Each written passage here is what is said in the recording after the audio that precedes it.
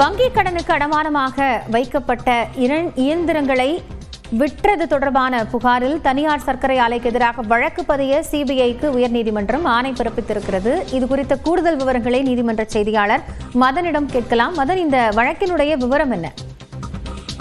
காஞ்சிபுரம் மாவட்டம் பழைய ஸ்ரீவகரத்தில் உள்ள ஒரு தனியார் சர்க்கரை ஆலை, அதாவது பத்மாதேவி சுகர்ஸ் லிமிடெட் என்ற நிறுவனம் இந்தியன் ஓவர்சீஸ் வங்கியில் 120 கோடி ரூபாய், மற்ற வங்கிகள் அப்புறம் நிதி நிறுவனங்கள் கோடிக்கணக்கான ரூபாய் கடனாக பெற்றது.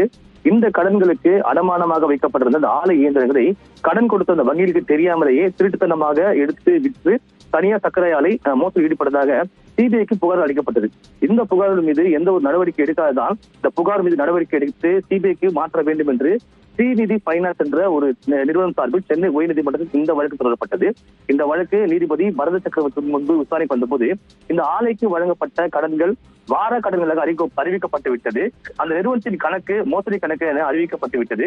அதே போல மாநில அரசின் அனுமதியின்றி சிபிஐ வழக்கு பதிவு செய்வதற்கான அந்த உத்தரவு திரும்ப பெறப்பட்டதாகவும் இந்த விவகாரத்தில் சிபிஐ வழக்கு பதிவு செய்ய முடியாது என்று சிபிஐ தரப்பில் தெரிவிக்கப்பட்டது.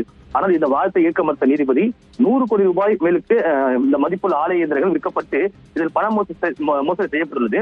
இதில் வங்கி அதிகார தொடர்பு குறித்து அந்த விசாரிக்க வேண்டிய அவசியம் உள்ளது என்பதால் இந்த நிதி நிறுவனம் அளித்த புகாரின் அடிப்படையில் 3 வாரங்களில் ஆரம்ப கட்ட விசாரணை நடத்தி வழக்கு பதிவு செய்ய வேண்டும் என்று தற்போது சிபிஐ உத்தரவிட்டுள்ளார். அதே போல ஒரு விரிவான விசாரணை அறிக்கையை ஓராண்டிற்குள் சம்பந்தப்பட்ட நீதிமன்றத்தில் இறுதி அறிக்கை தாக்கல் செய்ய வேண்டும் என்றும் தற்போது உயர்நீதிமன்றம் இந்த உத்தரவு பிறப்பித்துள்ளது. நன்றி மதன், விவரங்களுக்காக.